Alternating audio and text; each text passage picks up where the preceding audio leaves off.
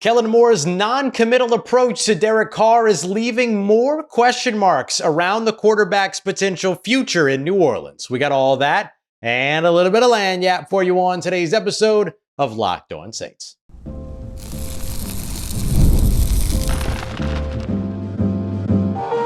You are Locked On Saints, your daily New Orleans Saints podcast. Part of the Locked On Podcast Network, your team every day. What is good, Who Dat Nation and Who Dat family? I am your host, your friend, Ross Jackson, New Orleans native, your New Orleans Saints expert and credentialed member of the media covering those New Orleans Saints as a Saints beat writer over at LouisianaSports.net and Saints analyst with WWL TV. And on today's episode of Locked On Saints, I'm going to give you my biggest takeaways from Kellen Moore's introductory press conference as the New Orleans Saints' newly minted head coach. We'll dive into Gayle Benson's promise to Kellen Moore and why it proves she wants this team back to its winning ways. We'll dive into Kellen Moore's clear vision for the team. And we're going to kick everything off with the biggest story from his press conference, a lack of commitment to quarterback Derek Carr as the Week 1 starter. We got all that and much more for you on today's episode. So whether it's your first time or your next time, we appreciate you being here this time for another episode of Locked On Saints, making us your first listen and being an everydayer here on the show, which is a proud part of the Locked On Podcast Network, your team every day. New Orleans Saints' new head coach, Kellen Moore, was introduced in his introductory press conference as the team's new head coach, and in doing so, was given a couple of opportunities to commit to Derek Carr, explicitly asked on a couple of different occasions about whether or not Derek Carr will be the Week 1 starter in New Orleans, and Kellen Moore did not give a fully committed answer when it came to that very situation. Derek's a tremendous quarterback in this league. I've had so much respect for him, the journey that he's been on. He's a starter in this league. He's a premier player in this league. He's had a great journey, obviously going from Fresno State to the Raiders and now here. Really excited to team up with him and go through this process. And so just like any player on this roster, I just got here a few days ago and I'm excited to go through this journey with all of them. Moore was given the opportunity to answer that question again by Mike Triplett from over at NewOrleans.football. And again, you heard a lack of commitment from Kellen Moore around the quarterback, explicitly not stating that he will be the starter going into 2025, and that instead, he's excited to go through the process with Derek Carr, at which time I followed up with another question about what exactly the process was for what he effectively described was meeting the players and building out the roster. Now, let me be clear. A lack of commitment doesn't necessarily mean a bad outlook for Derek Carr or any type of guarantee that Derek Carr will not be the starting quarterback in 2025. I think all that it says is one of two things. First of which being, he doesn't know yet, and then he'll figure it out as he goes through that process.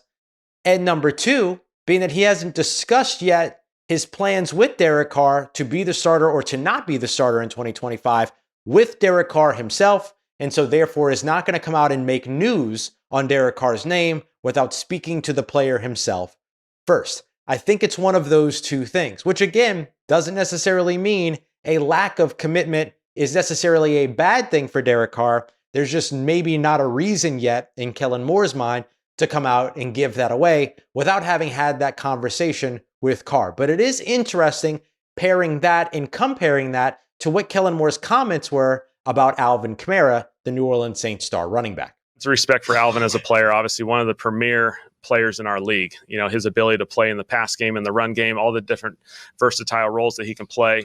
A lot of people for a long time have been looking, how can we find an Alvin on our football team? And so that's been a really important piece. It will continue to be a really important piece, and we're really fortunate to have. Certainly the thing that stands out to you there is the idea that he not only has he been a huge part of what they do, but will continue to be a big part of what they do. That word continue, right? The idea that he is going to be a part of what it is that the Saints are doing in the future. Now, obviously, those two players' contracts are in very different places, so Alvin Kamara is kind of a little bit more locked down in terms of his standing and his position with this New Orleans Saints team. But remember, Alvin Kamara is also the guy that came out and publicly endorsed Darren Rizzi as the team's head coach. So Kellen Moore didn't have to commit himself to anything, but I think he was wise to do so. But comparing and contrasting those two comments on those two quarterbacks, and even looking at Kellen Moore's other opportunities to give a similar commitment to Derek Carr and on Derek Carr's name, he did not do that. So this is really interesting because it effectively sets up Kellen Moore to be able to make the decision that he wants, which is exactly what the Saints should be supporting from the very beginning. This is now Kellen Moore's team. Kellen Moore is an offensive-minded head coach. He's got a very clear vision on what this team should look like, and therefore should be able to select, handpicked, the person that's going to lead that vision on the field, particularly when it comes to his offense at quarterback. And so, Kellen Moore, Derek Carr, and all of the other players on the roster will undergo their process of meeting, discussing, identifying, and building a roster together. If Kellen Moore decides that he wants to continue to work with Derek Carr going into 2025, it opens up Derek Carr's contract as a mechanism for getting under the salary cap before the new league year begins on March 12th. That could be nice. That could be convenient.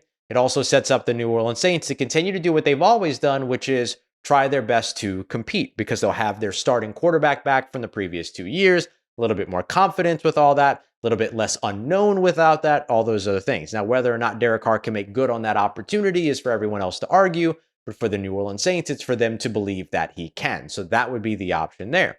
If they decide not to roll ahead with Derek Carr, they have a couple of options. They could designate him as a post-June 1 cut, but they won't save that money. That won't help them get under the salary cap or get to salary cap compliance in time for that March 12th deadline, because the $30 million that they'll save, they won't save until June 2nd.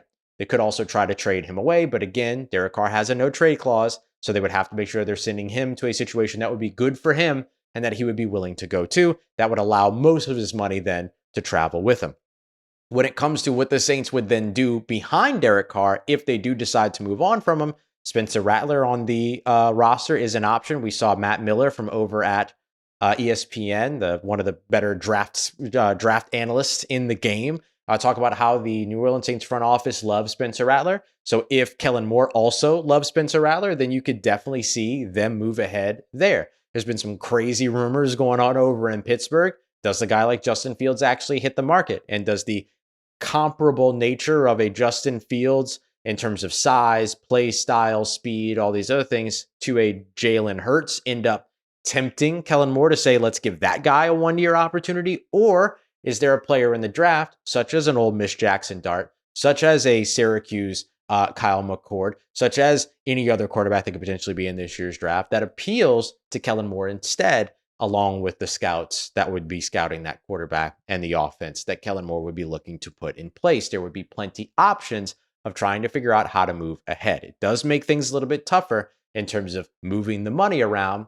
But again, as we've broken down here on the show before, it's not impossible. And in fact, the Saints could still clear enough cap if they get certain things to happen in terms of pay cuts in addition to the restructures to be able to actually spend money in free agency as well. So an interesting situation, not necessarily a denial of commitment from Kellen Moore, but certainly the absence of commitment for right now in terms of what the Saints quarterback situation looks like. Certainly that will become clearer in the coming days and coming weeks. Coming up next, Kellen Moore has a very, very clear vision for what he wants his team in New Orleans to look like. We got that coming up for you as we continue on with today's episode of Locked On Saints, part of Locked On Podcast Network, your team every day.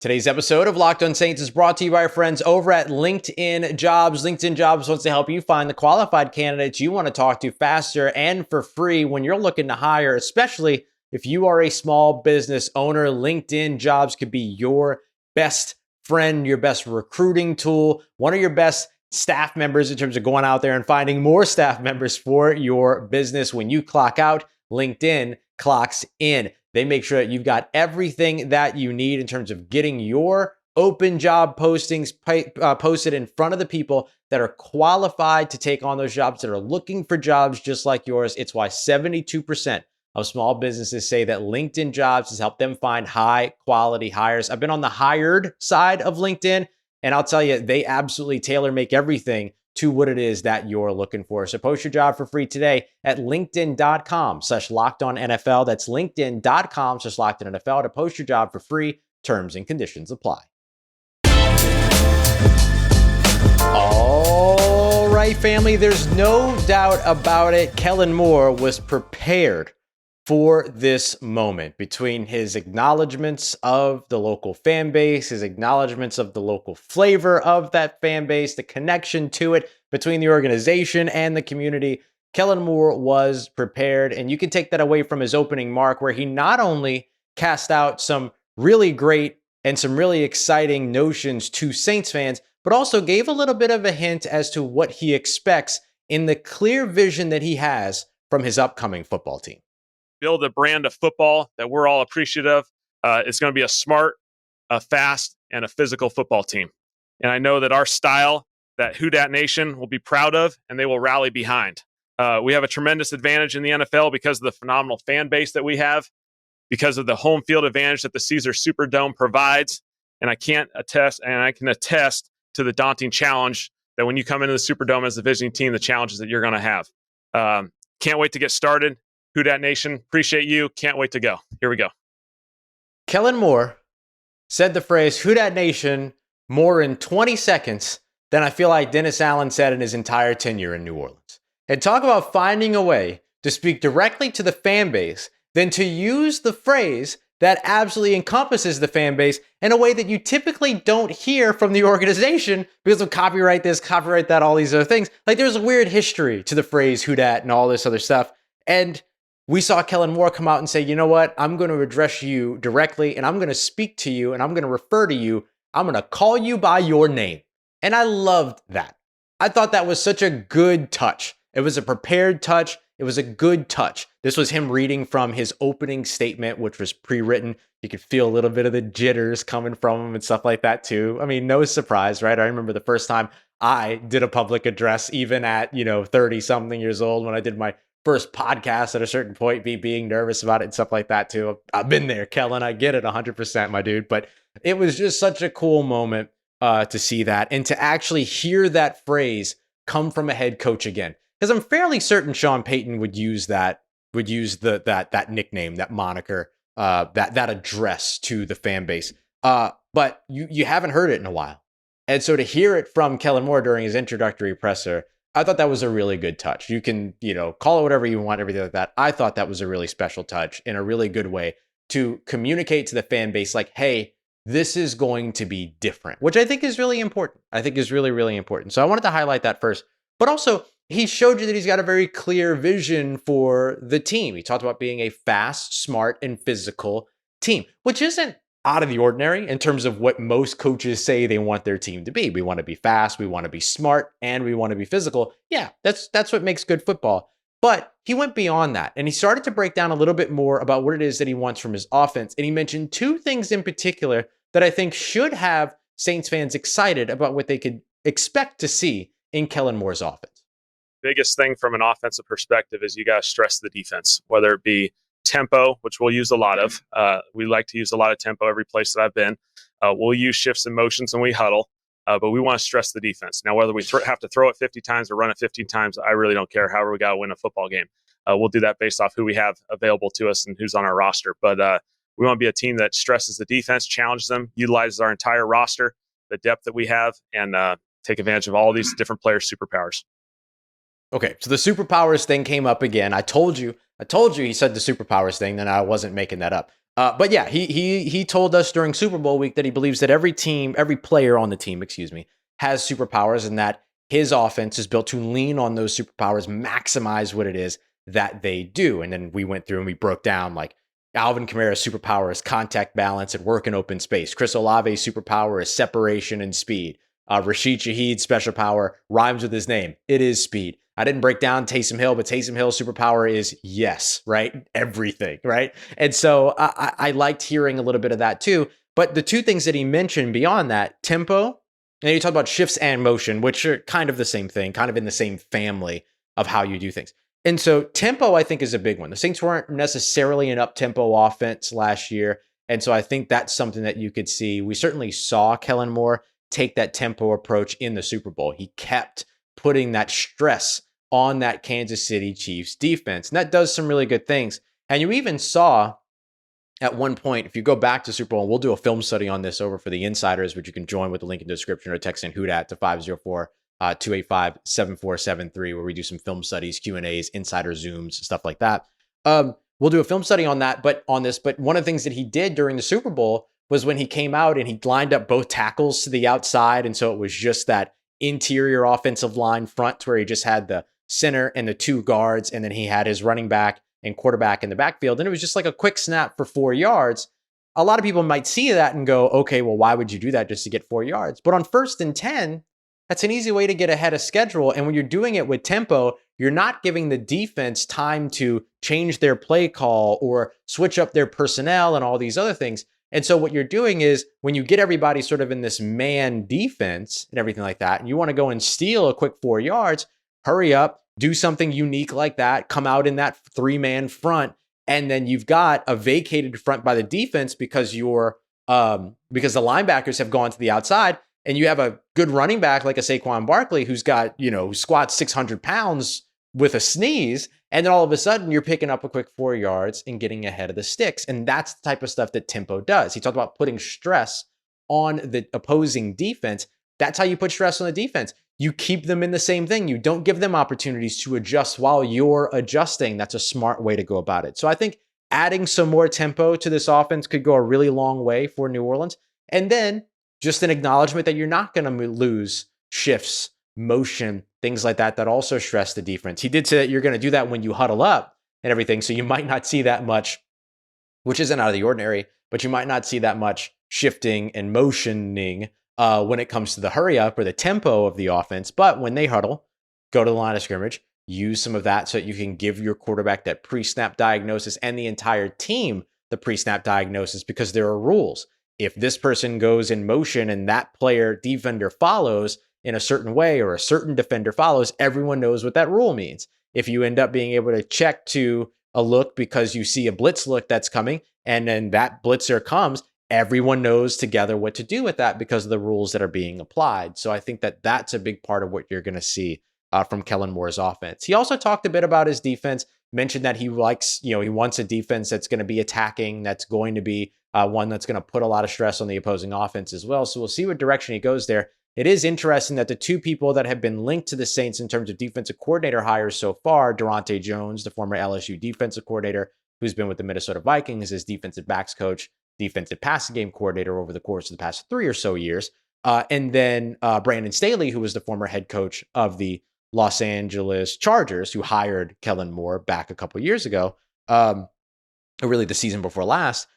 Both those guys are 3-4 guys, right? Vic Fangio guy in Brandon Staley. And so you can see a little bit already of what it is that Kellen Moore likes in that defense that will support his offense. Coming up next, not only did we hear from Kellen Moore about what it is that he has a clear vision for, we also heard from Gayle Benson, who made a very important promise to Kellen Moore that should be seen as a promise to the Who Dat Nation as well. We got that coming up for you next as we continue on with today's episode of Locked On Saints, part of Locked On Podcast Network, your team every day.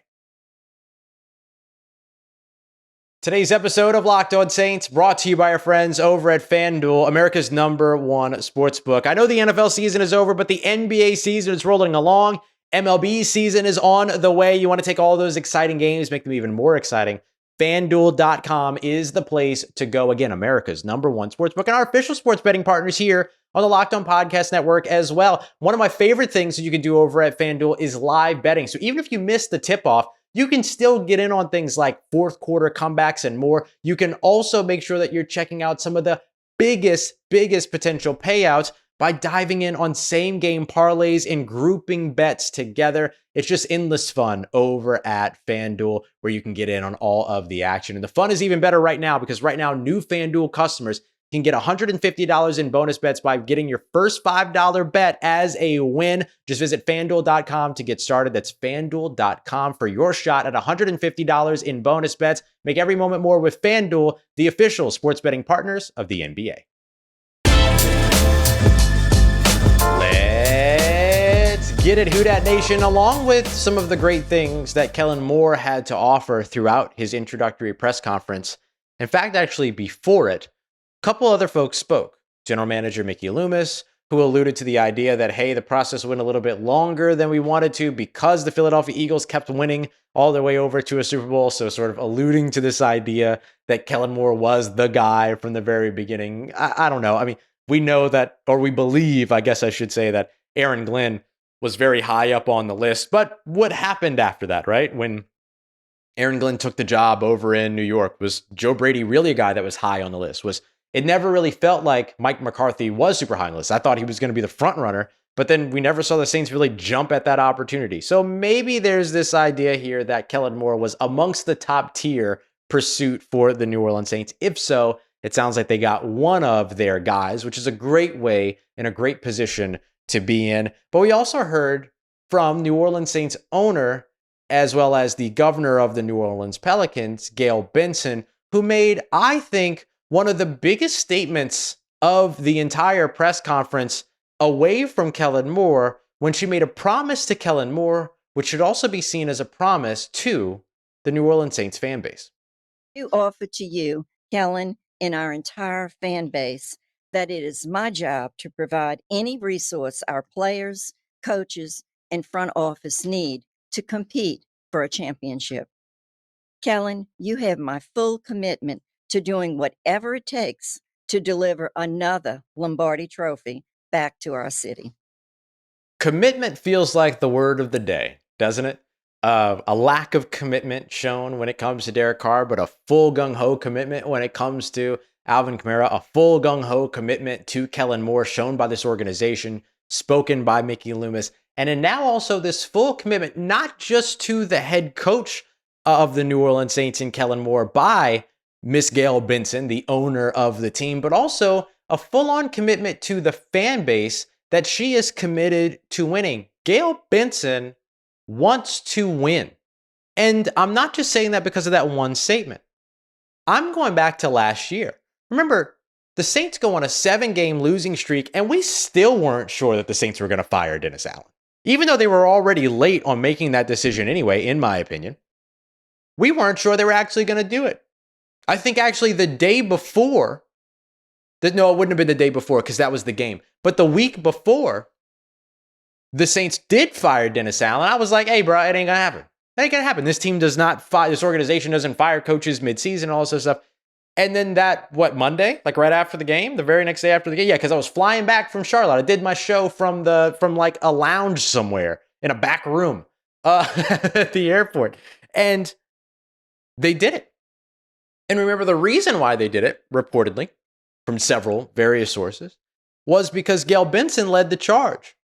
Gayle Benson apparently led the charge to fire Dennis Allen because she was not willing to accept this team continuing to lose games. In a 7-game losing streak off of an already disappointing 2-year tenure before that, playoffless, postseasonless, and a 4th consecutive season missing the postseason as well, by the way, that led her, along with the response from the fan base, don't ever think you don't have a voice, a response from the fan base that triggered her, I shouldn't say triggered, that's such a derogatory word now, but that motivated her to go and make that decision along with her team. And there was even conversation that general manager Mickey Loomis didn't want to make the move. Now, whether or not he didn't actually want to fire Dennis Allen or whether or not he didn't want to fire Dennis Allen mid-season has not yet been clarified, but Gayle Benson did it. And Gayle Benson was apparently, and I believe, was the driving force behind making that decision. So Gayle Benson showed last year, as she took a more hands-on role with that situation, after being a little bit more of a hands-off owner, kind of letting everybody else do their thing, and she was making everything else possible behind the scenes by cutting the checks to allow for all these restructures and all this other stuff. She instead came in and said, no. This team is a losing team. We want a winning culture. And so they made that decision, and she led that decision. Now, what you're hearing is you have my full commitment, directly to Kellen Moore, you have my full commitment to do whatever it takes to bring a Lombardi trophy back to this city. A little bit of Louisiana accent in there as well for you, dialect in there for you too, so you know she's serious, right? You know how like when your mama talks to you, but then your mama like talks to you, you know what I mean? And you listen.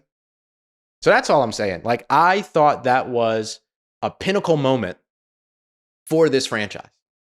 She talked about giving that commitment to the front office, giving that commitment to the players, giving that commitment to the head coach, but also the additional comment directly to Kellen Moore, who was sitting right where she turned her attention, directly in that front row at that point, directly giving him that commitment, whatever is necessary effectively in order to bring a Lombardi trophy back to this city of New Orleans. Kellen Moore did not say that he ate at a national chain for his first meal, by the way, here in New Orleans. Mentioned having a couple of king cakes. So again, prepared, ready to go on that question. Very well done by the team. And so I just wanted to highlight that moment from Gayle Benson, because I think that's something that maybe Saints fans have kind of been craving to see for a little while, is that level of, hey, won a winner in the city again. And so we'll see if Kellen Moore is able to get it done. A player was re-signed on, what day is it? Thursday. A local guy, Baton Rouge native, Clyde Edwards-Helaire, former LSU Tiger, former Kansas City Chief, coming back for a 1-year deal. Doesn't guarantee him a lot, but look, he told us when I had my one-on-one conversation with him, my exclusive conversation with him after his first game last year, 2 games to the end of the season, the penultimate game of the season. And he said it was a dream come true to be out there playing in the Caesars Superdome at home in New Orleans with his name across the back of a New Orleans Saints jersey. And now, how cool is this? He gets an opportunity with a 1-year deal to go out there and potentially get to play an entire 2025 season with his last name on the back of that jersey all over again. He was one of the guys that we had hoped that the Saints would probably go to re-sign. I'd love to see them reapproach Willie Gay Jr. I'd love to see them try to get something done with Chase Young if they can get it done at a reasonable rate, all that. I think there's a lot of value in those guys. And so I just thought it was a great signing by New Orleans to bring in Clyde Edwards-Helaire. But I will say that, or to bring back Clyde Edwards-Helaire. And so I will say, I thought Kellen Moore did an excellent job with his opening presser. Now the work starts, right? Defensive coordinator, offensive coordinator, what happens at quarterback, building out the roster, free agency, the draft, building out the rest of your coaching staff, your position coaches, all these other things. The real work starts now. But I'll tell you, when it comes to first impressions, I thought Kellen Moore did a pretty dang good job. And I loved hearing that level of commitment from New Orleans Saints owner Gayle Benson as well. Coming up in tomorrow's episode, as we look at the possibilities for the New Orleans Saints defensive coordinator, now that Kellen Moore is ready to make that decision here soon, what will the process be like? And I'll tell you some of the players that could massively benefit from a switch from a 4-3 to a 3-4, which could be on the way in New Orleans. We appreciate you very much, as always, for making us your first listen and for making us a part of your day, part of your routine, for saying yes to me on the show. If you see me, please say hi. And if you need anything else around your New Orleans Saints in between these episodes, make sure you follow me on your favorite social media at Ross Jackson, NOLA. Hit me up. Let me know how the family's doing. Let me know how you living. Let me know how you momming them. And trust you, that nation, I'll holla at you.